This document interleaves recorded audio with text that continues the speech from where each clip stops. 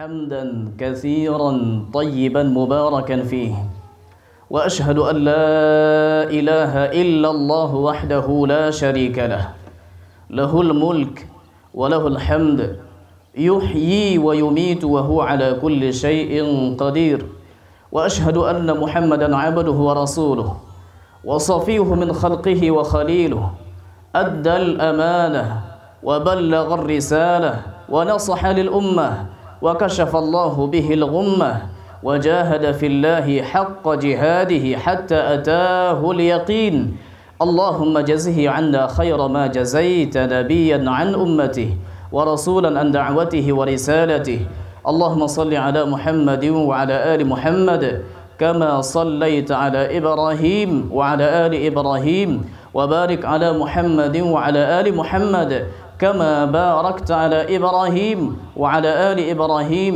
في العالمين إنك حميد مجيد ثم أما بعد Idul Adha yang dinamakan oleh sebagian orang dengan Al-Idul Akbar. Inilah Id yang lebih besar dari yang sebelumnya. Idul Adha berasal dari kata Dad Ha Ya yang sering diistilahkan dengan udhiyah yang artinya kurban. Bahkan dalam kitab-kitab fikih juga diistilahkan dengan tadhiyah, pengorbanan. Betapa tidak akan lepas cerita Idul Adha dengan pengorbanan yang sudah dilakukan oleh Nabi Ibrahim alaihi salam yang membawa keluarganya, istrinya Hajar dan anaknya Ismail yang masih radhi', yang masih disusui, dibawa ke sebuah tempat, ke sebuah padang yang tiada air, tiada tanaman. Beliau sampaikan kepada Allah Subhanahu wa taala dalam munajatnya setelah meninggalkan keluarganya. Sebelumnya istrinya bertanya-tanya, apakah di sini kami akan ditinggalkan? Nabi Ibrahim tidak menjawab. Berkali-kali ditanya, Nabi Ibrahim tidak menjawab. Sampai akhirnya istrinya paham, lalu bertanya, Allahu amaraka bihadza? Apakah Allah yang menyuruhmu untuk membawa kami ke sini? Lalu beliau mengatakan, na'am, iya. Lalu sang istri yang sudah terdidik dengan pilar-pilar keimanan, sang istri yang hatinya sudah diisi dengan cahaya ketakwaan, mengatakan, idzan lan yudayyi'ana. Kalau memang benar demikian, berarti Allah Subhanahu wa taala tidak akan menyia-nyiakan kita. Nabi Ibrahim sebelumnya datang bersama istrinya Sarah, Ummu Ishaq, datang ke Mesir, masuk ke Mesir yang ketika itu dikuasai oleh seorang raja yang zalim. Lalu anak buahnya mengatakan kepada raja, ada seorang pemuda yang datang membawa istrinya yang tiada layak istri secantik ini kecuali untuk engkau seorang raja. Lalu dimasukkanlah istri Nabi Ibrahim, Sarah, dimasukkan ke sebuah ruangan dan raja yang zalim ini mendekatinya. Hadisnya ada di Sahih Bukhari Muslim, hadis Abu Hurairah radhiyallahu anhu. Ketika sang raja akan menyentuh Sarah, Allah Subhanahu wa taala berkehendak tangannya tertahan seperti ada yang mengunci. Lalu dia mengatakan kepada Sarah, berdoalah kepada Rabbmu agar ia melepaskan tanganku dan aku tidak akan mengulanginya lagi. Lalu Sarah meminta kepada Allah Subhanahu wa taala. Allah takdirkan tangannya lepas, tapi hawa nafsunya masih mengalahkannya, ingin menyentuh untuk kedua kali. Dan Allah Subhanahu wa taala takdirkan hal yang sama. Tangannya tertahan, tangannya terkunci. Dia meminta kepada Sarah untuk kedua kali, berdoalah kepada Rabbmu untuk melepaskan tanganku. Lalu Sarah pun melakukannya. Lepas tangannya, masih mengulang untuk yang ketiga kali. Kali ketiga tangannya terkunci, tertahan. Lalu meminta lagi kepada Sarah, didoakan, dan dia berjanji tidak akan mengulanginya lagi. Dia mengatakan kepada anak buahnya yang memasukkan Sarah ke dalam kamarnya, ma adkhaltumuni illa ala syaitan. Kalian tidak memasukkanku kecuali kepada seorang setan. Artinya dia tidak bisa menguasainya. Lalu Nabi Ibrahim diberi hadiah. Salah satu hadiah yang diberikan adalah seorang budak wanita bernama Hajar. Dibawalah Hajar ke tempatnya di Syam sana di Palestin. Dan istri tercinta kasihan melihat sang suami yang tidak terpenuhi harapannya ingin memiliki seorang anak. Lalu Sarah mengizinkan Ibrahim untuk menikahi Hajar, atau dalam riwayat lain menjadikannya sebagai budak. Hajar beberapa saat kemudian ternyata ditakdirkan Allah Subhanahu wa taala melahirkan Ismail. Kecemburuan pun muncul, perasaan tidak enak pun datang, dan ini terbaca oleh sang suami. Dibawalah Hajar ke sebuah lembah, la zar'a fiha wala ma, yang tidak ada di sana tanaman juga tidak ada air. Ditinggalkan sang istri dan anak di sana, sampai di sebuah tempat tidak jauh di sana yang tidak terlihat lagi oleh sang istri, di sebuah tempat bernama Saniyah. Nabi Ibrahim alaihissalam bermunajat kepada Allah Subhanahu wa taala seraya mengatakan, Rabbana inni askantu min dzurriyyati biwad ghairi dhi zar'in 'inda baitikal muharram Rabbana liyuqimus shalah. Ya Rabb kami, sesungguhnya aku meninggalkan keluargaku di sebuah lembah biwad ghairi dhi zar' yang tidak mempunyai tanaman, 'inda baitikal muharram, di sisi rumahmu di Baitul Haram, meskipun ketika itu Ka'bah belum lagi ada. Jemaah yang Allah muliakan, Nabi Ibrahim alaihissalam berkorban meninggalkan keluarganya. Sang istri berkorban rela untuk ditinggalkan oleh suaminya. Anaknya masih disusui. Berlari mencari ke sana dan ke sini air. Dari Safa ke Marwah, Marwah ke Safa berkali-kali, sampai terdengar suara. Ternyata suara ini suara seorang malaikat yang mempunyai sayap, yang sayapnya dipukulkan ke tanah sehingga mengeluarkan air Zam-Zam. Air tersebut mulai mengalir. Karena takut air ini akan mengalir terus sehingga tidak mendapatkannya, mulailah dipagari air ini oleh Ummu Ismail dengan pepasiran yang ada di situ.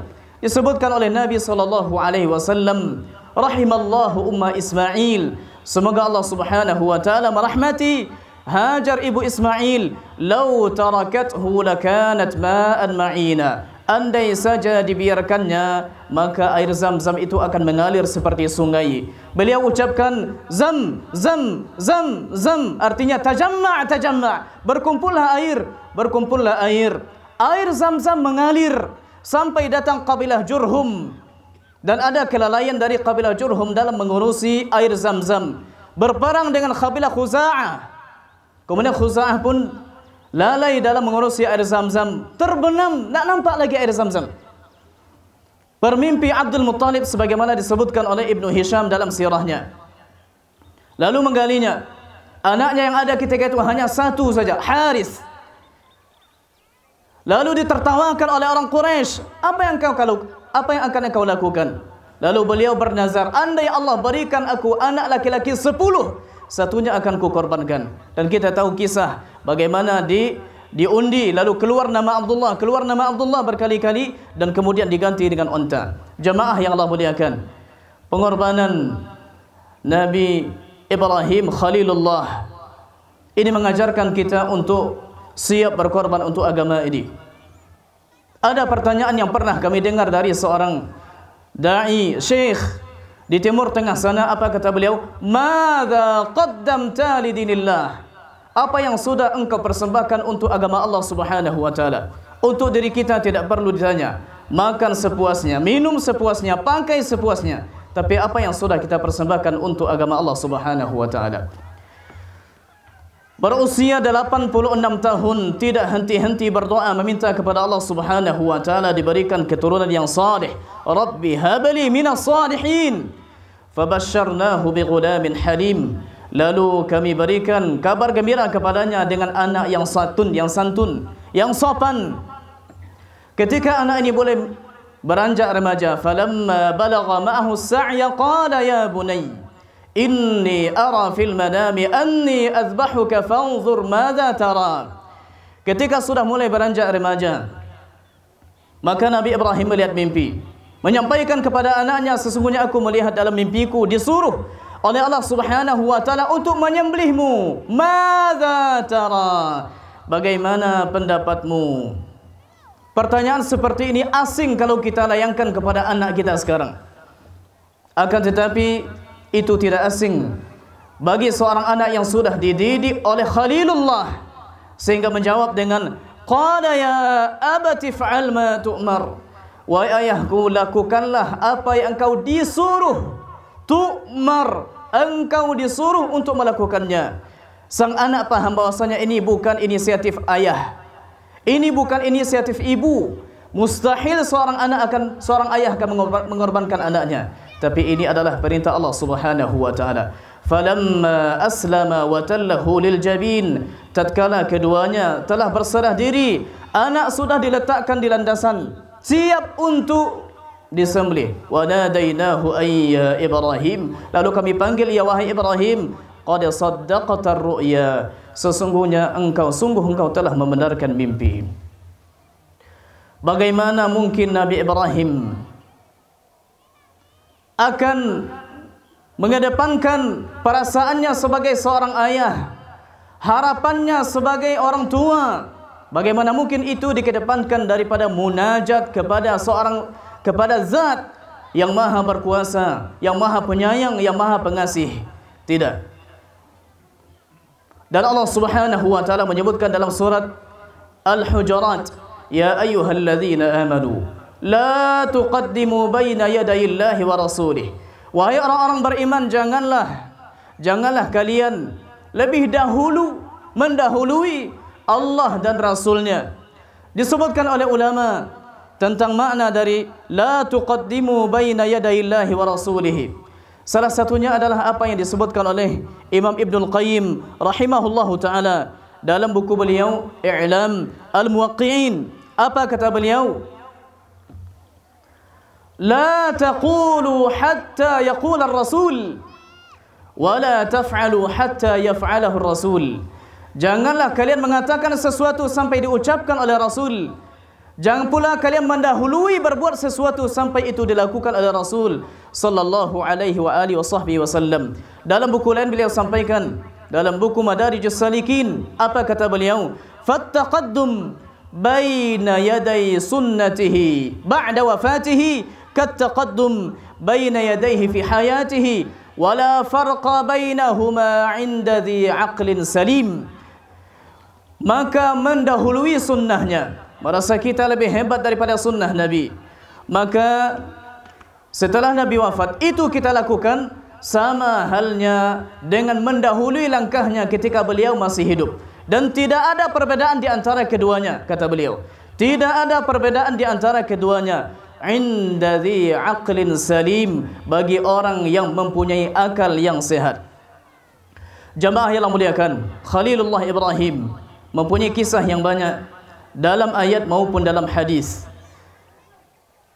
Di antara kisahnya adalah kisah beliau dengan ayahnya Azar, dan ini nama yang sahih dalam Al-Quran dan Sunnah. Adapun sebagian orang yang beralih kepada data dalam sejarah mengatakan bahwasanya namanya selain daripada itu, maka sejak kapan agama kita ini diambil dari sejarah? Sejak kapan agama kita ini kita palingkan dari dalil yang sahih dari Al-Quran dan Sunnah? Jamaah yang Allah muliakan, kita tahu bahwasanya Azar memperbuat satu dosa yang tidak ada dosa yang lebih daripada itu, dosa kufur, dosa syirik. Akan tetapi ketika memanggil ayahnya, apa kata beliau? Di antaranya Allah sebutkan di surat Maryam, ya abati, ya abati, wahai ayahku. Di sini beliau tidak memakai kata ya abi, dan ini masyhur kita pakai. Tidak, di sini ditambah dengan ta, ya abati. Dan ini dalam bahasa Arab disebut dengan nida'ut tahbib, suatu seruan, suatu panggilan yang tujuannya adalah untuk mengundang rasa kasih sayang. Ya abati, lima ta'budu ma la yasma'u wa la yubsiru wa la yughni 'anka syai'a. Kenapa engkau menyembah sesuatu yang tidak mendengar, tiada melihat, dan tidak berfaedah apapun untukmu? 4 ayat berurut beliau dakwahi ayahnya. Yang terakhir, ya abati, inni akhafu an yamassaka 'adzabun minar rahmani fatakuna lisyaitani waliya. Wahai ayahku tersayang yang kucintai, meskipun berbuat dosa syirik, dosa kufur, wahai ayahku, sesungguhnya aku takut, khawatir engkau akan ditimpa oleh azab Allah Subhanahu wa taala sehingga engkau menjadi kawan dekat syaitan. Pelajaran berharga. Dosa syirik, dosa kufur, dosa besar terbesar, akan tetapi tetap saja didakwahi orang tuanya dengan pikiran dia abadi. Terkadang sebagian kita berselisih pendapat dengan orang tua hanya dalam masalah duniawi yang sepele, cara pandang yang mungkin berbeda sedikit, akan tetapi mulai terangkat suara, akan tetapi mulai analisa kita yang kita anggap benar kita kedepankan tanpa memperhatikan perasaan orang tua. Tidakkah kita membaca firman Allah Subhanahu wa taala di surat Al-Isra pada rubu' yang kedua, wa qada rabbuka alla ta'budu illa iyyahu wa bil walidaini ihsana imma yablughanna 'indaka al-kibara ahaduhuma aw kilahuma fala taqul lahumā uff. Imma yablughanna 'indaka, boleh jadi sampai orang tuamu ini atau salah satunya, keduanya atau salah satunya, mereka sampai kepada usia tua, usia kibar, usia masa pikun, yang disebutkan dalam hadis Nabi, dalam doa Nabi berdoa, Allahumma inni a'udzubika min an uradda ila arzalil umur. Ya Allah, sesungguhnya aku berlindung kepadamu ya Allah dari usia pikun atau masa-masa pikun. Disebutkan di sini boleh jadi orang tuamu nanti akan sampai kepada masa itu ketika permintaannya sudah tidak lagi logis, ketika kata-katanya menyakitkan hati. Dalam masa itu fala taqul lahumā uff, jangan ucapkan kepadanya uff. Uff dalam bahasa Arab itu kata paling sedikit isyarat kita tidak reda dengan apa yang dilakukannya. Kapan itu? Ketika permintaan mereka sudah macam-macam, mereka sudah lansia, mereka sudah pikun. Apakah wajar seorang anak mengangkat suaranya kepada orang tuanya sementara orang tuanya masih berfikir sehat? Maka jamaah yang muliakan, ini adalah Idul Adha. Disebutkan oleh Nabi SAW dalam hadisnya, hadhihi ayyamul akli wasyurbi. Ini adalah hari-hari untuk makan dan hari-hari untuk minum. Kita berziarah, kita perbaiki hubungan kita dengan tetangga kita, dengan karib kerabat kita, dengan teman-teman kita. Semoga Allah Subhanahu wa taala tidak tangguhkan ampunan untuk kita sebagaimana dalam hadis Nabi SAW, dibuka pintu syurga setiap hari Senin dan Kamis. Allah ampuni setiap orang yang tidak syirik kepadanya, illa rajulan kana bainahu wa baina akhihi syahna, kecuali seseorang yang masih ada dendam kesumat dengan saudaranya. Allah sampaikan kepada malaikatnya, anziru hazaini hatta yastadiha, anziru hazaini hatta yastadiha, anziru hazaini hatta yastadiha. Tangguhkan ampunan bagi yang berdua ini sampai keduanya berdamai. Dan yang paling utama adalah mereka yang memulai untuk berdamai, memulai untuk mengucapkan salam. Jamaah yang muliakan, kemudian perlu juga kami sampaikan kepada jamaah bahawa masalah terkait dengan masalah kurban, masalah kulit kurban, ini sering menjadi masalah di masyarakat di beberapa tempat. Dan kita tahu hadis Nabi SAW, man ba'a syai'an min udhiyatihi fala udhiyatalah. Siapa yang menjual sesuatu dari kurbannya, maka tidak ada kurban baginya. Dia sudah serahkan ini kepada Allah Ta'ala, akan tetapi sekarang dia jual lagi. Kalau dia sudah serahkan berarti pemiliknya adalah Allah Subhanahu wa Ta'ala, tapi sekarang dia ambil lagi dengan menjualnya. Maka solusi cantik insya-Allah Ta'ala dalam masalah ini adalah bagi yang berkurban dari awal sudah meniatkan bahwasanya kulit ini untuk orang miskin.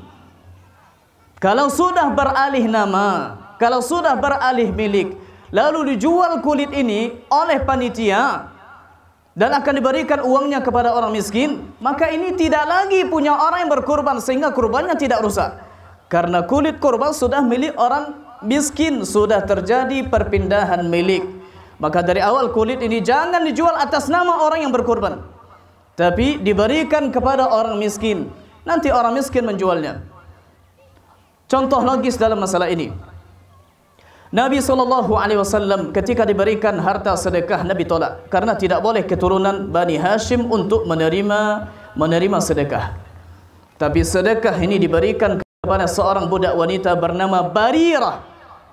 Harta yang sama diberikan oleh Barirah kepada Nabi dalam nama hadiah. Lalu Nabi terima. Salahnya di mana? Di hartanya? Tidak, hartanya itu juga. Akan tetapi telah terjadi perpindahan milik dari harta Baitul Mal, sedekah ke Barirah, hadiah ke Nabi.